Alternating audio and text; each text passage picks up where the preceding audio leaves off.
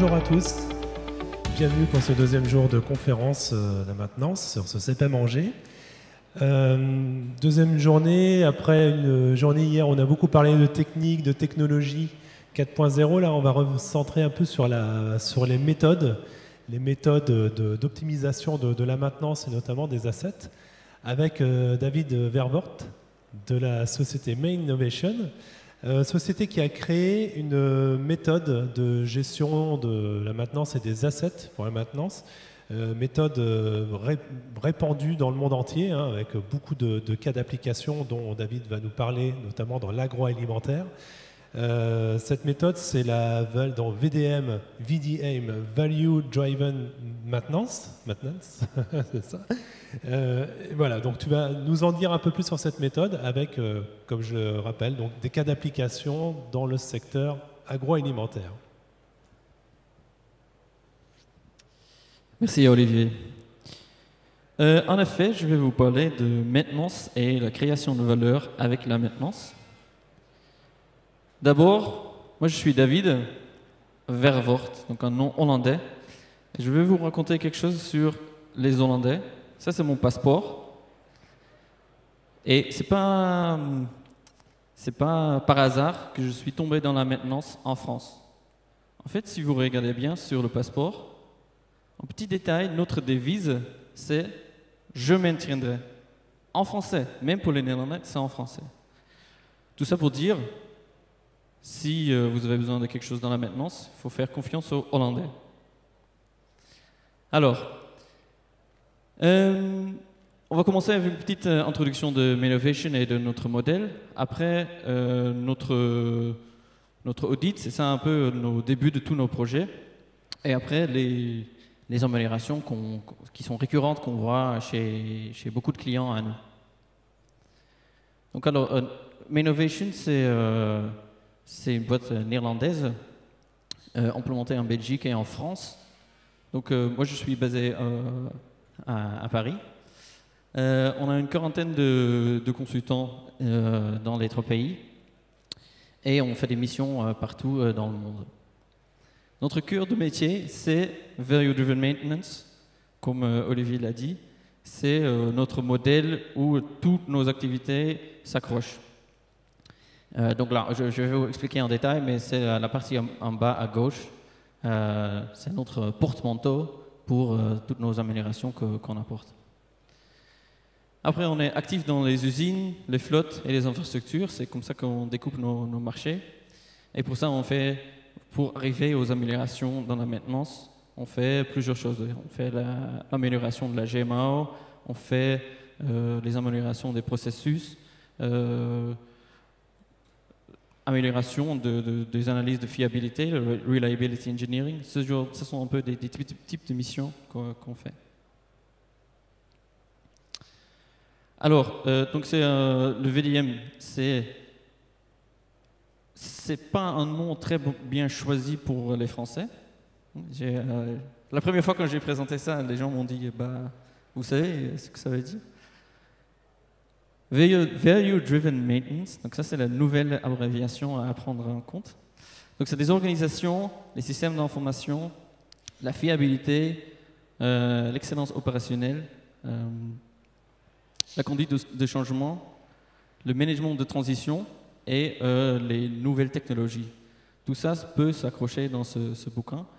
Ce bouquin, vous pouvez l'acheter, c'est disponible en français. Et avec ce bouquin, vous avez un peu un toolkit comment améliorer votre maintenance. Donc, même sans moi, sans les 40 personnes que vous voyez à gauche, vous pouvez le faire tout seul. Après, il y a des gens qui ne veulent pas le faire tout seul, donc ils font appel à nous. Et on a dans chacun des marchés que vous voyez ici, plus que 1000 clients partout dans le monde sur lesquels on a travaillé.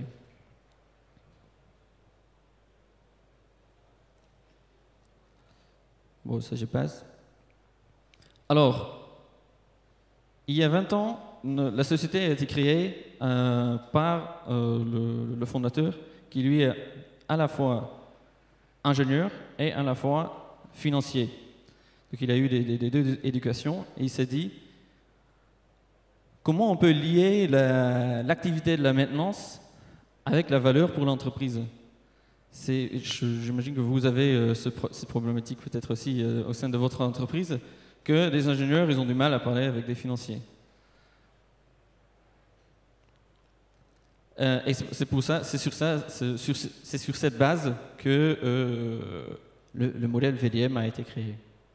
Donc on s'est dit comment la maintenance peut créer de la valeur pour l'entreprise. Et on est arrivé à ce petit boussole. On se voit, soit on améliore la maintenance qui a un impact sur la disponibilité. Si on a une meilleure disponibilité de notre parc industriel, on peut produire plus, donc on peut gagner plus d'argent. Soit on gère les risques, on minimise les risques, donc on a moins de problèmes. Par exemple, l'usine à Lubrizol, pas loin d'ici, je crois. Soit on réduit les coûts de maintenance, on ne fait pas des maintenances qui ne sont pas inutiles, on va dire. Donc on réduit les activités de maintenance, ou on fait la maintenance plus intelligemment. Ou alors on réduit les renouvellements CAPEX, on prolonge la durée de vie pour qu'on ait moins besoin des renouvellements. Ou alors on optimise notre stock de pièces de rechange. Ça, c'est un peu des 4 axes dans lesquels la maintenance peut apporter de la valeur à l'entreprise. Donc nous, on essaie chaque fois de traduire en euros pour qu'on puisse les comparer l'un avec l'autre. Et on pourrait dire, okay, là, voilà, là, il y a plus de valeur à gagner. C'est là où il faut aller. Alors, donc avec ces 4 axes, on s'est dit, okay, quelles activités on a dans la maintenance.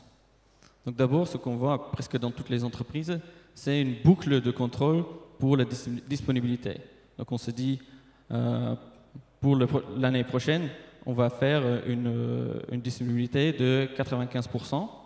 Après, on enregistre les écarts et on analyse. Et comme ça, on essaie de faire une amélioration continue sur la base de disponibilité. De l'autre côté, il y a la même partie pour les coûts.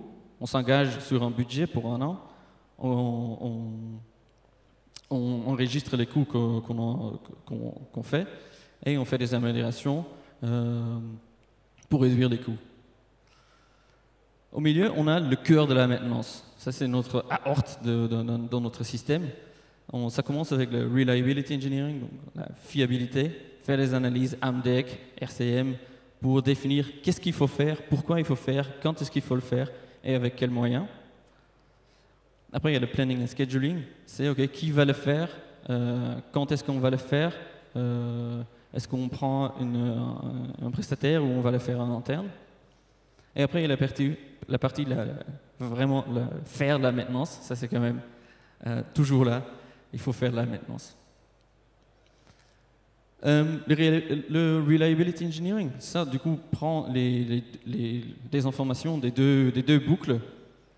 On s'engage à une certaine performance en termes de disponibilité et à une certaine performance en termes de budget, mais aussi en gestion des risques. On est obligé de faire des inspections obligatoires, par exemple. Et ce qui compte aussi, c'est les 4 ressources, on va dire, dont on a besoin pour faire la maintenance. On a besoin d'avoir des spare parts. Parfois, on fait appel aux prestataires. On a besoin d'avoir des compétences, donc parfois des formations. Et on a besoin des données pour faire des analyses. Par exemple, aussi, je veux parler des GMAO. Ça, on a besoin pour fluidifier nos processus. Également, on prend en compte la durée de vie de nos actifs et l'environnement de notre site de production. Ça ne sert à rien de faire la maintenance à fond sur une ligne qu'on va mettre en rebut l'année prochaine. Et ça va aussi avec les projets d'investissement. Si on remplace cette ligne de production l'année prochaine, il faut bien la préparer et il faut, dans ce projet d'investissement, déjà penser à la maintenance qu'on va faire les années à venir. Ça, c'est le modèle. Ça, vous m'avez suivi là-dessus? Oui, je vois des têtes qui font ça. C'est très bien, très bien. Mon français, ça va? D'accord. D'accord. Ok, donc ça, c'est la base. Et après, ce qu'on fait, pardon.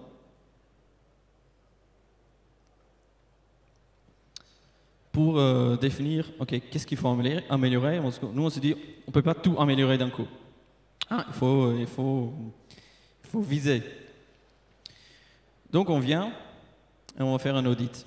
Ce sont des différentes étapes. Donc d'abord on fait un démarrage où on se dit ok, c'est quoi l'agenda, qui va un peu la logistique quoi. On va évaluer la situation actuelle. On va parler avec tout le monde sur un site. On va analyser des données qui viennent de la GMO, qui viennent de la comptabilité, et on va les comparer. Après, on fait une journée très dure, un atelier de travail où on se dit, OK, on va se mettre d'accord sur l'état actuel. On n'est pas toujours d'accord, mais il faut qu'on sorte à la fin de la journée avec tout le monde qui est d'accord à peu près avec l'état actuel. Pour, après, 1-2 semaines après, définir où est-ce qu'on veut aller, l'état futur. Ça sont des workshops très intéressants parce qu'il y a des idées qui sortent dans tous les sens. Mais il faut que ça reste réaliste. Après, on met tout ça dans un planning pour une année à venir ou 2 années à venir. Et on a notre projet pour l'amélioration. Et la dernière étape, c'est qu'on met tout ça dans un document pour que ça ne reste pas dans l'air, mais c'est quelque chose de délivré. Alors, donc, je vais parler un peu des différentes étapes, surtout les parties les plus intéressantes, l'évaluation, l'état actuel et l'état futur. Donc, on parle avec tout le monde. On parle avec les maintenanciers, mais aussi la direction, pour avoir un peu la vision du site en long terme. On parle avec la production. Il y a un fort lien entre la maintenance et la production. Il faut qu'eux aussi ils donnent leur input sur l'état actuel.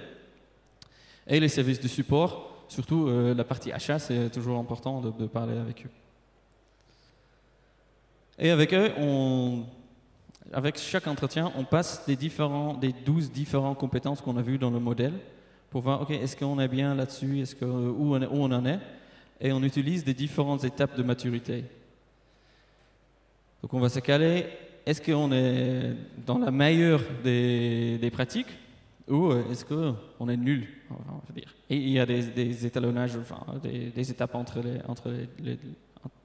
les deux. Et comme ça, on va estimer où on en est aujourd'hui. Donc on a défini ça pour chaque 12 étapes. Okay, c'est quoi le niveau 0? Le niveau 0, c'est on ne fait rien. Premier niveau, oui, on fait la gestion dans des fichiers Excel, on a une liste des ordres de travail, par exemple. Et deuxième partie, on fait un ordre de travail et on rattache aux actifs, on le planifie dans un an, et comme ça, chaque étape, c'est de plus en plus mature. Et ça sont les résultats, où on se met, donc là, vous avez chaque ligne est une des compétences dans le modèle et on va demander à plusieurs personnes avec les triangles rouges où est-ce que vous vous trouvez aujourd'hui. Vous voyez, il y a des différences entre les estimations, mais normalement on voit quand même, oui, c'est un peu côté gauche, quoi. On n'est pas toujours au niveau de maturité 4. Et après on va leur demander où est-ce que vous voulez aller. Et ça c'est les boules vertes. Et comme ça, on peut déjà préparer un peu les workshops de l'état d'aujourd'hui et l'état futur. On fait ça pour tous les 12 compétences. Et comme ça, on a un certain mapping qualitatif sur où est-ce qu'on se trouve aujourd'hui. Après, on fait la même chose avec les données, donc vraiment quantitatives. On a une base de données avec 1000 entreprises et pour chacun des 12 compétences, on a un indicateur clé qu'on peut comparer avec toutes les autres entreprises. On compare avec, quand on est dans l'agroalimentaire, on compare avec d'autres entreprises dans l'agroalimentaire. Et comme ça, on peut voir où on se trouve par rapport à nos peers, nos entreprises comparables. Et donc, le plus qu'on est à droite, le mieux c'est. Donc, on peut dire, donc cette entreprise, il n'est pas parfait partout, mais en productivité technique, il est quand même bien. Donc, ça peut nous permettre un peu aussi où est-ce qu'on se trouve, c'est quoi l'état actuel par rapport aux autres. Et avec les deux, ah oui, ça aussi, pardon. On fait une estimation de l'avis au changement. Si les personnes sur site sont ouvertes au changement, s'ils voient qu'on doit changer, c'est ce qu'on appelle le burning platform, on sait que oui, si on continue comme ça, la boîte va couler, donc il faut vraiment qu'on change. Ou si tout le monde est en mode ouais ou non, ça va, tout va bien, on n'a pas besoin de changer. Ça, c'est très important pour la suite. Si tout le monde est en mode ouais, non, ça va être très difficile à monter 2-3 niveaux de maturité. Donc il faut adapter le changement en fonction. Et du coup, c'est ça le résultat. Donc on a le côté... le laser ne marche pas sur l'écran. On a le côté qualitatif, donc avec l'étalonnage, et le côté qualitatif et quantitatif sur chacun des 12 compétences. Et il faut ici se mettre d'accord. Donc chacun des parties avec lesquelles on a parlé, il faut qu'on se mette d'accord sur l'état actuel. Ça, parfois, les gens ils disent comment c'est possible que ça c'est rouge, et ils vont expliquer. Et peut-être nous, on n'a pas tout compris dans les interviews aussi. Donc, on adapte en fonction de ce que tout le monde amène à la table. Donc, une fois que tout le monde est d'accord sur où est-ce qu'on est, on peut commencer à réfléchir où est-ce qu'on veut aller. Donc ça, vous avez déjà vu les parties avec les boules vertes. Donc ça donne un peu déjà une idée où est-ce qu'on veut aller. Mais on veut aussi le faire une partie quantitative. Dans le modèle, on peut, avec les Key Performance Indicators, les KPI, on peut calculer où est-ce qu'on peut aller. Donc vu qu'on a mis des euros pour chacun des 4 axes de la boussole, on peut dire, OK, si on augmente à 1% cet axe, qu'est-ce que ça nous donne en valeur financière pour l'entreprise? Après, avec l'étalonnage, on peut dire combien on peut atteindre. On sait combien on gagne si on améliore 1%. Et avec l'étalonnage, on peut dire c'est possible d'améliorer avec 2,5%. Si on les multiplie, on a un potentiel de valeur à créer. Après, on regarde lequel des 4 est le plus important. Et c'est ça notre cible. C'est là où il y a le plus de valeur à chercher, et du coup, on sait où on doit aller.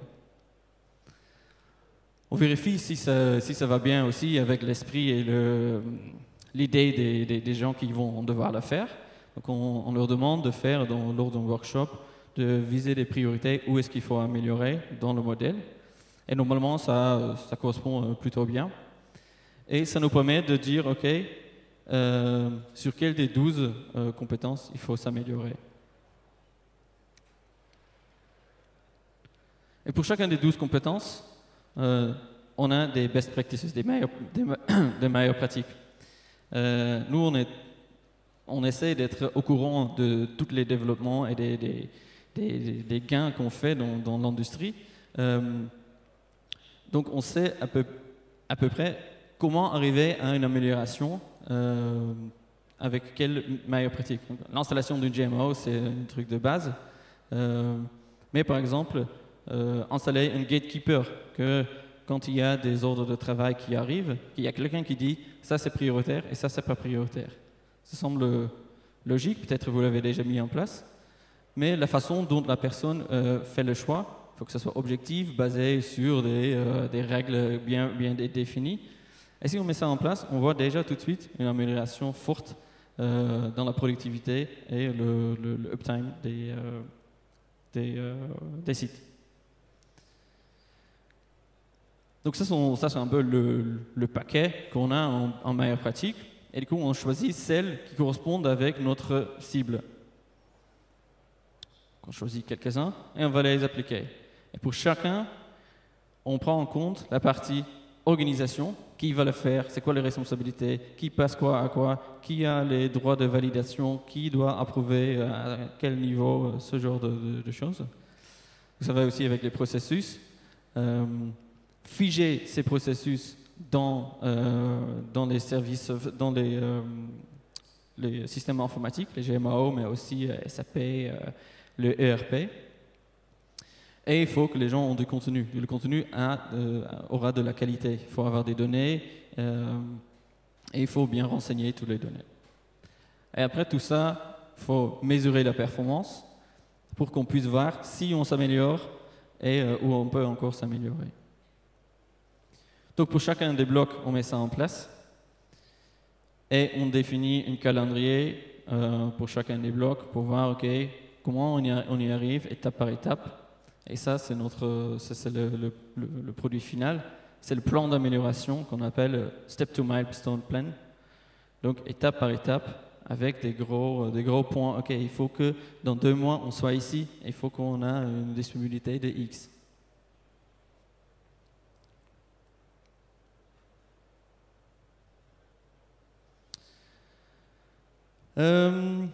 Après, on met ça dans le rapport final pour que tout le monde est d'accord et qu'on puisse le partager entre nous. Et on est parti. Donc pour l'implémenter, c'est pas toujours facile. Je sais pas si je vous insulte si je dis que les Français sont encore plus résistants au changement que les restes des Européens. Mais on voit que c'est parfois difficile de changer et du coup, il faut vraiment les amener, il faut les coacher, il faut bien faire des formations, il faut expliquer, ça prend du temps et c'est normal. Mais si c'est bien expliqué et si on le fait pour un bon objectif et si tout le monde est d'accord, ça marche bien. Et il faut prendre ça, c'est vraiment un élément important de mon travail, de parler avec les gens et d'expliquer chaque fois, OK, on fait les changements et c'est pas juste quelque chose de technique, mais c'est le travail humain, c'est important. OK. Donc, il faut expliquer qu'il y a une vision pour l'avenir, pourquoi on fait quelque chose et où est-ce qu'on va. Il faut connaître que c'est nécessaire de changer. Si les gens ne sont pas d'accord que c'est nécessaire, ça va être très difficile de changer. Et il faut avoir les bonnes conditions. Il faut avoir, si on met en place un outil, il faut qu'il y ait des bonnes formations, l'outil soit bien configuré. On ne peut pas juste arriver avec quelque chose de standard. Il faut que ça soit bien préparé.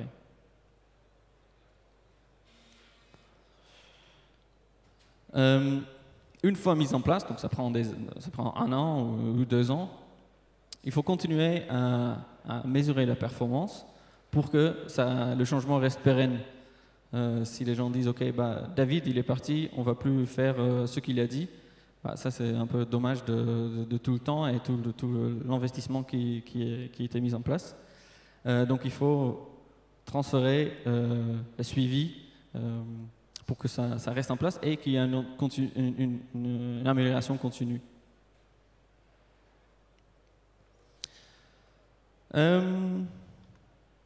Ça c'est clair pour tout le monde?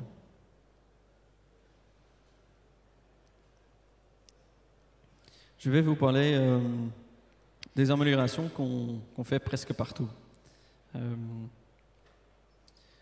ça c'est un peu nos solutions qu'on met en place. Et on travaille surtout sur les processus et sur les KPI. Et les processus, donc vous connaissez peut-être le modèle qui est derrière, mais du coup pour chacun des 12 compétences, on a des processus standards pour bien le mettre en place. Ça c'est un peu un cadre standard. On arrive avec ça, on va dire OK, comment vous le faites cette partie? Comment vous faites l'entrée dans le stock? Et qu'est-ce qui manque? Et c'est toujours plus facile d'arriver avec quelque chose qui est déjà bien préparé que de commencer de zéro. Et je ne dis pas que notre modèle est parfait, mais c'est plus facile, on l'adapte en fonction de ce qu'on voit sur place. Donc ça ressemble à ça. Chaque bloc a des blocs à l'intérieur pour des étapes dans le processus. On dit qui est responsable et un peu une petite description de qu'est-ce qu'il y a dedans, qu'est-ce qu'il faut faire dans ce bloc. Et du coup, les données d'entrée et les données de sortie. C'est un peu le standard des processus. Et c'est lisible pour tout le monde. C'est facile à discuter sur des schémas comme ça. Et après, du coup, si tout le monde est d'accord, quand tout le monde est d'accord sur les processus à mettre en place et qui est responsable pour quelle partie, on a du coup un énorme nuage d'activités par processus et on va les regrouper activité par activité et les regrouper dans une personne qui peut faire plusieurs activités en même temps. Quand on a un site énorme, on peut avoir une personne dédiée pour chaque tâche, mais pour les plus petits sites, ce n'est pas possible. Donc on combine des activités.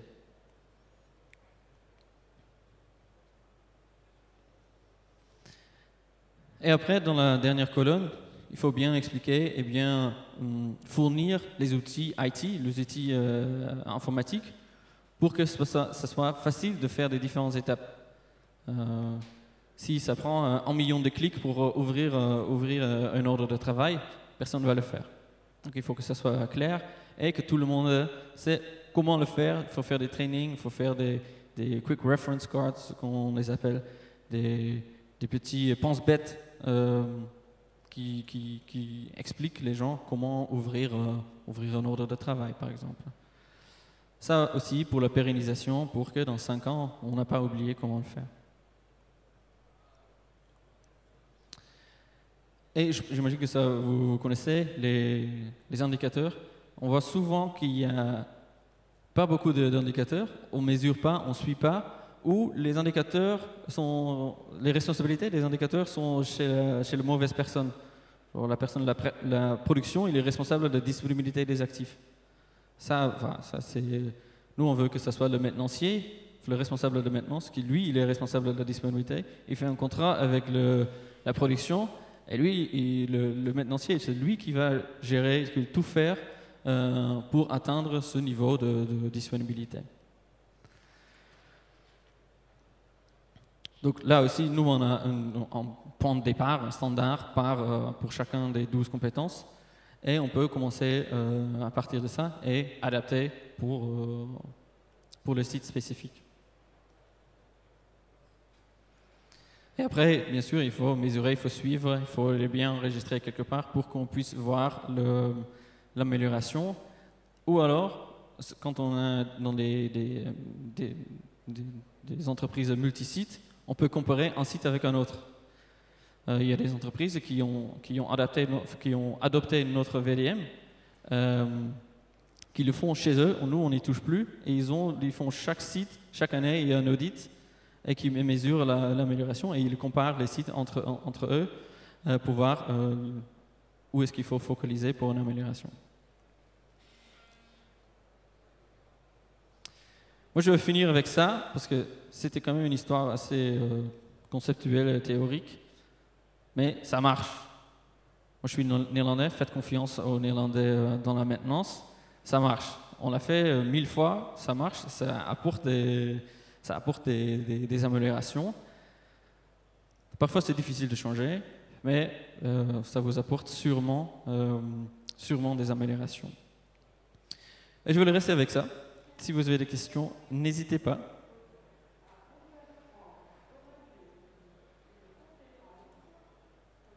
C'était clair, toute l'histoire? Oui. Je voulais savoir, les intervenants qui viennent faire l'audit, c'est des gens comme vous ou c'est d'autres ingénieurs du siège, enfin du siège qui viennent de Hollande? Vous parlez tous français comme vous? Enfin, ils parlent. Si c'est en France, les gens qui sont toujours des consultants français, qui parlent français. En Belgique, on a une bonne partie des consultants qui sont néerlandophones et francophones. Et on envoie toujours des heavyweights, on va dire des seniors. Parce que Pour les entretiens, ce sont des événements denses et complexes. Dans 1 heure, il faut vraiment bien comprendre qu'est-ce qui se passe.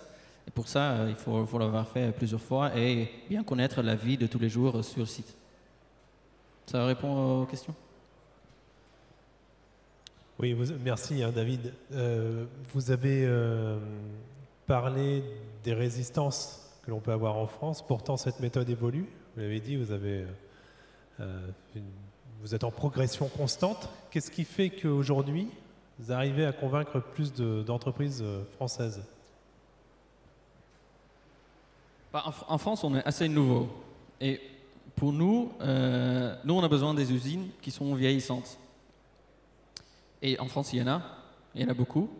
Et avec notre méthode, c'est possible de tirer encore plus de valeur, même si l'usine est vieillissante. Et le message est assez positif.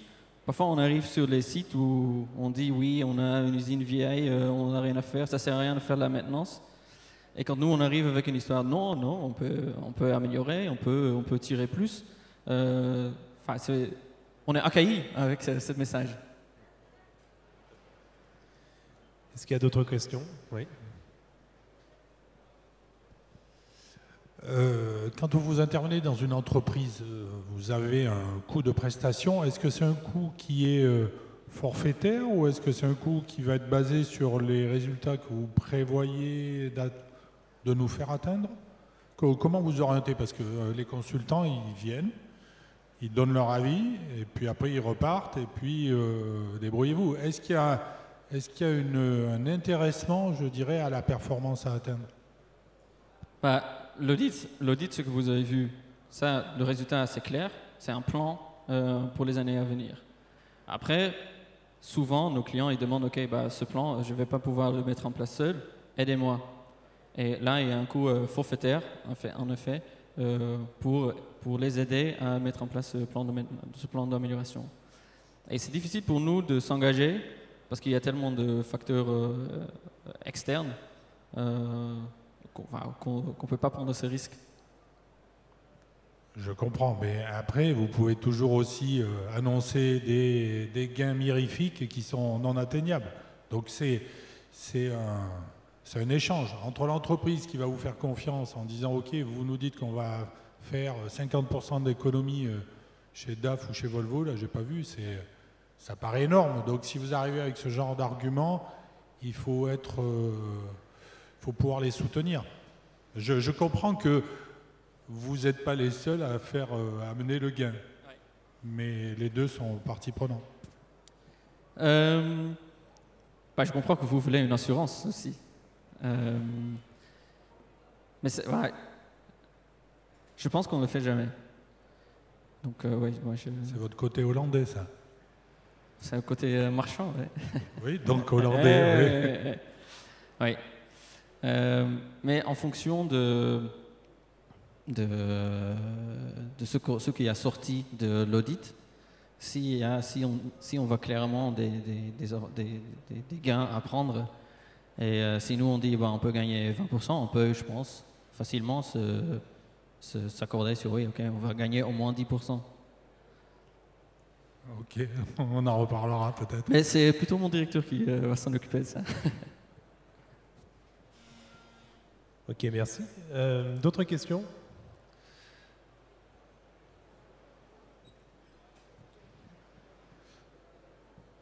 Bonjour. J'ai écouté votre exposé et la première présentation, c'est de dire on vous propose de créer de la valeur, on propose à la maintenance de créer de la valeur. Ce que j'ai vu, ce que j'ai entendu en tout cas, c'est plutôt pour moi une démarche de réduction de coûts, d'amélioration peut-être un peu de la performance des équipements industriels, mais j'ai du mal à faire la différence entre... Parce que pour moi, créer de la valeur, c'est différent de réduire les coûts. C'est vraiment, on apporte quelque chose à l'entreprise. Et là, en fait, j'ai du mal je ne l'ai pas capté, quoi. Oui, je comprends. Parce que l'exemple a été focalisé sur la réduction de coûts, parce que ça s'est souvent la première question que nos clients nous posent. Ok, bien, merci.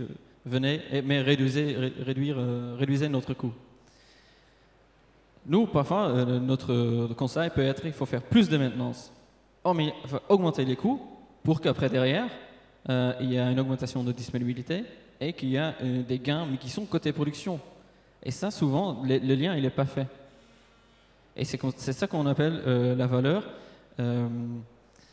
Dans le modèle, il y a une formule, et la valeur, c'est les cash flows dans l'avenir. On peut regarder dans 5-10 ans dans l'avenir, discompté avec un coût d'intérêt. Et en prenant tout ça en compte, y compris les gains pour la production, y compris la réduction des risques, la perte de licence de production, ce genre de choses, y compris les projets d'investissement. En regardant tout cet ensemble, c'est ça qu'on appelle la création de valeur. Ça c'est clair? Ça répond à la question?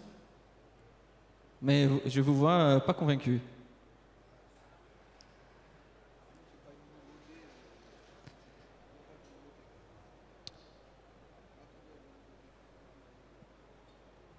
Ok. Pour aller plus loin, qu'est-ce qui va faire la différence de cette méthode? Pourquoi est-ce qu'elle marche? Et pourquoi d'autres, peut-être... voilà. Pourquoi vous avez pris le parti de cette méthode? Il marche parce que c'est en constante évolution. Avant, c'était VDM et maintenant, c'est VDM XL, donc c'est déjà la deuxième version. Et donc, quand on a identifié qu'est-ce qu'il faut améliorer, on demande aux meilleures pratiques. Et les meilleures pratiques, ils améliorent chaque fois. Donc l'idée, c'est que nous, on sait où aller, on vous apporte où aller, et après on vous apporte les dernières innovations. Et parfois, on fait des innovations nous-mêmes aussi. Pour le côté indicateur, on va sur le marché. On n'a pas vu des tableaux de bord suffisamment clairs pour gérer des grandes opérations. Du coup, on a développé nous-mêmes un tableau de bord qui se greffe sur les GMO et d'autres logiciels. Et une question aussi par rapport à la préparation des entreprises pour absorber un tel projet de mise en place de la VDM XL. Vous parliez notamment du réseau informatique. Voilà. Quels sont les prérequis pour bien mener ce projet? Il faut libérer des gens. Il faut libérer des gens déjà pour l'audit, pour faire des entretiens avec nous. Mais après aussi, souvent, on voit un chef de projet côté Innovation et un chef de projet du côté du client, qui lui, il connaît la société, il sait mobiliser les gens. Et l'idée, c'est que lui, il prendra la connaissance que nous, on apportons. Et c'est lui qui deviendra le champion de VDM. Donc, il faut libérer des ressources pour un changement. Ça, il y a une taille minimum d'entreprise pour mettre en place ce genre de... je peux pas dire. Ça change de l'entreprise. Non, mais est-ce qu'il y a une taille minimum à avoir? Enfin, est-ce qu'une... Ah oui, nous on dit que ça commence à être intéressant à partir de 150 personnes. Oui, d'accord. Quand le département de maintenance est consisté de 3 personnes, ça ne sert à rien d'aller regarder dans les processus. C'est plus naturel, les humains ils peuvent faire des relations, ils peuvent entretenir des relations moins structurées quand le groupe est plus petit. Donc 150 personnes à peu près, ouais. D'autres questions? Oui. Vous avez cité l'agroalimentaire, vous avez beaucoup d'expérience dans cet univers-là? Oui, surtout en Belgique et aux Pays-Bas, donc Cargill, Barry Callebaut. Moi j'ai besoin de regarder un peu, hein. Hésitez-moi. Qu'est-ce qu'on a autre?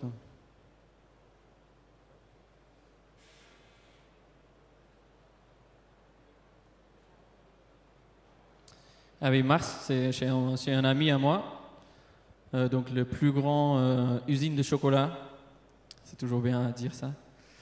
Au monde, on a travaillé, On est beaucoup chez des patatiers, je ne sais pas si ça se dit, mais qui font des patates et des chips. Puratos, ça vous dit quelque chose dans la boulangerie? Ouais, ça sont les plus importants. On fait aussi de la bière, mais ça en France c'est moins, c'est plutôt aux Pays-Bas et en Belgique. On cherche encore une grande usine à vin, mais on n'a pas encore trouvé.